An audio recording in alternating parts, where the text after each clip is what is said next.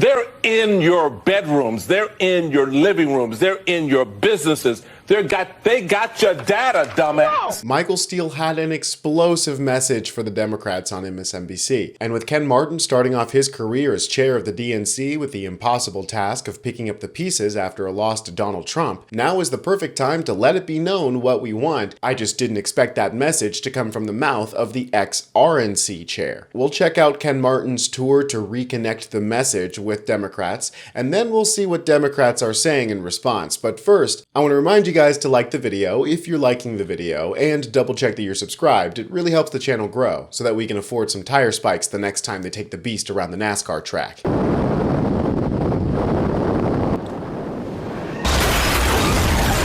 This is a new era for the Democratic Party. After losing to Donald Trump by only 1.5%, it's clear that the Democratic Party is losing its hold on its coalition. And what better person than Ken Martin, whose message has largely been to get the Democratic Party out of DC and into the lives of normal people. Him and his team are starting a tour across multiple Democratic states in order to reconnect the DNC with the average voter. Here's the full clip of what he said on MSNBC. And this is important because I think this is the attitude the Democratic Party is taking moving forward, and it's exactly the attitude that Michael Steele is railing about later in his segment. Red, purple, and blue states that we're visiting this week. We need to get the DNC out of DC, out of the Beltway, reconnecting our message back with voters. That's job number one, right? So many parts of our coalition left us this last election cycle, right? We know that, from Latino voters to working class households to young voters to women. You can go down the list.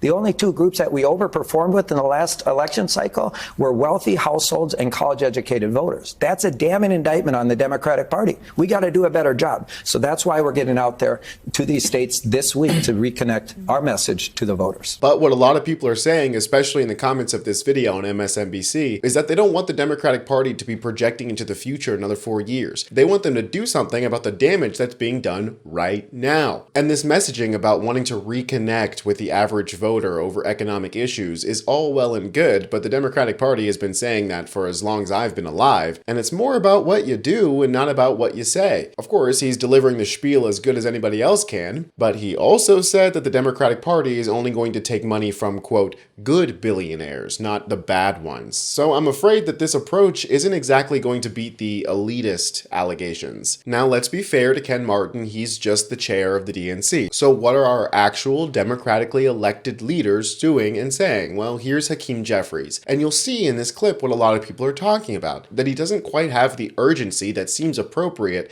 given the fact that our government is actively being dismantled by a billionaire. Instead, we're getting the same arguments and rhetoric that we got back when the parliamentarians stopped us from getting $15 minimum wage. So I think people are seeing through this song and dance and are rightly pissed off. Let's check out what Hakeem Jeffries is saying. Captain Chaos and the extreme MAGA Republicans spent last year promising to lower the high cost of living and running away from Project 2025 as if it didn't exist. They've spent this year implementing the most extreme parts of the Project 2025 agenda, which will hurt the American people, while doing nothing, not a single thing, not a single bill, not a single idea, not a single plan to lower the high cost of living. In fact, the cost of groceries is going up, not down, including but not limited to the price of eggs. We've got to hold the Republicans accountable, and we will, for the lies and the broken promises that they've told to the American people. And while I agree with what he's saying about prices being too high, I mean, everything in America is too expensive, I think people are a little bit tired of hearing about the prices of eggs when we all know that the bird flu is happening, which Donald Trump is ignoring, by the way. But that's not the most pressing issue to our democracy right now. We might not even have a democracy to worry about if Trump and Elon are successful with completely destroying what we've been building for the last 250 years. And this is exactly how I feel towards the we have to get better messaging argument. Yes, of course, the Democrats are better at writing economic policy for the middle class, but it's not like the biggest problem is a budget debate right now. We're talking about an unelected bureaucrat who happens to be the wealthiest man on earth going after Social Security because he's making up conspiracy theories on the social media platform that he owns. This isn't just a constitutional crisis, it is a national crisis. They are attempting to fundamentally reshape the American political system in a way that would make it impossible for the Democrats to pass any economic policy that doesn't benefit the rich. So the time for rhetorical comparisons are long gone. This isn't just a numbers debate, it's a crisis. And Michael Steele gives the perfect response here. What would you have us do?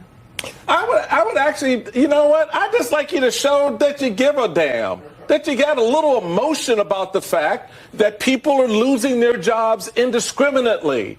That this individual sitting down at 1600 Pennsylvania Avenue has given absolute power to one man who brings his son into the Oval Office, whose son says to him, "You're not the president. You shouldn't be in that chair." Now, where did he get that from? He got it from his daddy, because that's what his daddy thinks is the man who brought him into the Oval Office. So I just like to see somebody wake the hell up and get excited about the fact that your country is under assault. They're not at the gate anymore. They're in your bedrooms. They're in your living rooms. They're in your businesses. They got your data, dumbass. They got all your stuff. Elon Musk has his tentacles in everything you're doing, not just off of X, but now he's in the Treasury Department. He's in the Labor Department. He's in the Department of Homeland Security. And nobody seems to give a damn. So that's all I want, somebody to show that they care enough to get off their fat ass and say something about it. But let's be honest. That is the kind of energy that I'm looking for from Hakeem Jeffries. And it's not just me, this is what other people are saying. Channeling every red-blooded American who is paying attention. The media is totally normalizing the coup like they've normalized everything else egregious that Trump has done. Exactly, this is not just par for the course. Here's another one. This is an appropriate response, not a time to be tempered. Trump and Musk are a toxic duo, undermining democracy and ethics. Wake up, America. There's no other way to deliver the news at this point. Everyone is acting like nothing is wrong when it doesn't even make sense for him to have this type of role out of the gate. Mr. Steele has always brought it. Listen to him now or face the consequences. I think that's 100% correct. We do need to wake up or we will face the consequences. I mean, Steele even brought it up. I can't believe that we had the son of the richest man on earth telling the president in the Oval Office to shush his mouth. And there's no denying the truth. That's exactly what he said. From one year to the next are the same, and they're That right there should have got the little tyrant and his adorable son kicked out of the Oval Office. And I mean, it's ridiculous that this guy has free reign of our government right now. So I think the ex-Republican Michael Steele is saying what all of us are thinking. Somebody needs to grab hold of the wheel before we careen off the side of the cliff. I'm Tony Hinderman with Really American, and I'll catch you next time.